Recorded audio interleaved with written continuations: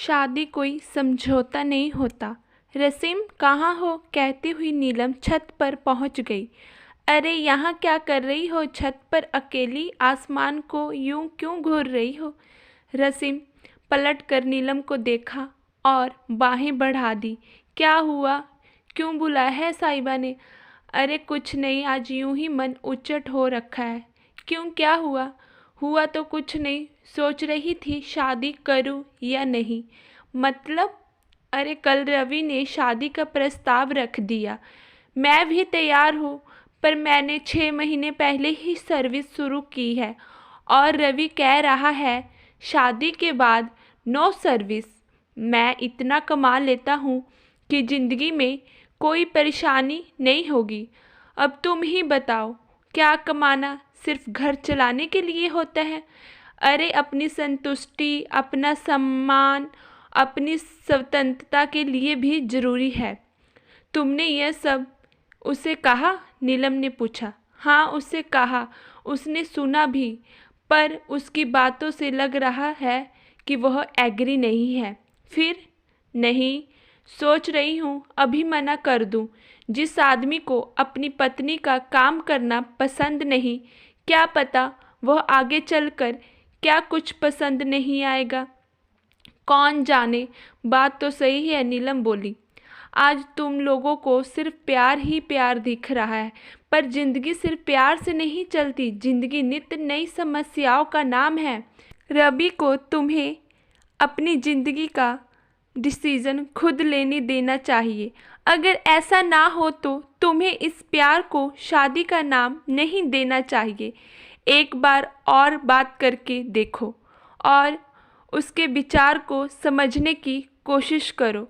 उसे बताओ, यदि मैं अपने परिवार और नौकरी में सामंजस्य ठीक ढंग से नहीं रख पा रही तो मैं नौकरी स्वयं छोड़ दूंगी, अन्यथा नहीं। किसी के दबाव में तो बिल्कुल नहीं। तुम सही कह रही हो, रसीम बोली।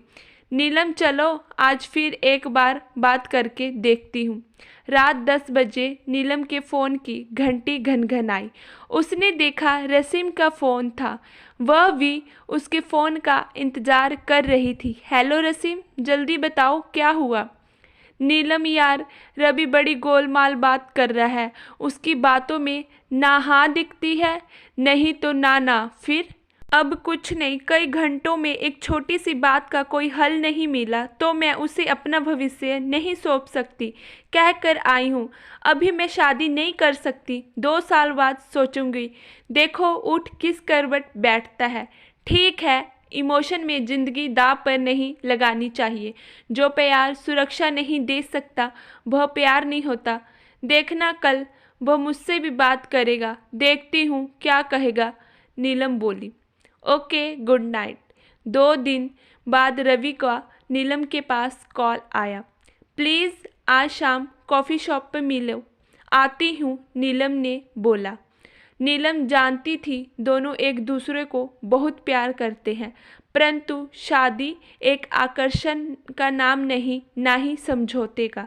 अभी जुमा जुमा 1 साल ही हुए थे दोनों को पहचान के। सोचते सोचते कब शाम हो गई और नीलम अब कॉफ़ी शॉप पर भी पहुंच गई। रवि ने उसे देखा और बैठने के लिए कुर्सी उसके आगे खिसका दी।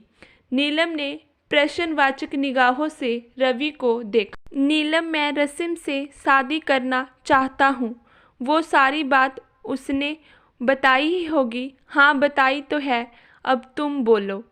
ये सब नीलम ने रवि से पूछा।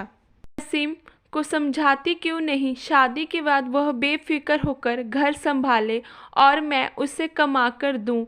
कितना अच्छा लगेगा जब मैं घर आऊँगा तो वह चाय के साथ मेरा इंतज़ार करते हुए मिले। एक सुकून की ज़िंदगी आए। क्या मेरी इच्छा गलत है? तुम बताओ नीलम। जी हाँ, तुम्हारी इच्छा और सोच दोनों ही गलत है। पहले तो तुम्हारी सोच पुराने ज़माने की है। तुम्हें साथ की नहीं बल्कि पुराने ज़माने की घरेलू टाइप की पत्नी चाहिए, जो रसीम बिल्कुल नहीं हो सकती। दूसरी, उसने अपनी पढ़ाई और सर्विस इन दिनों के लिए नहीं की थी। उसे अपने खुद की पहचान चाहिए। तुम्हारे नाम के साथ वह जीवन गुजारने की सोच नहीं सकती।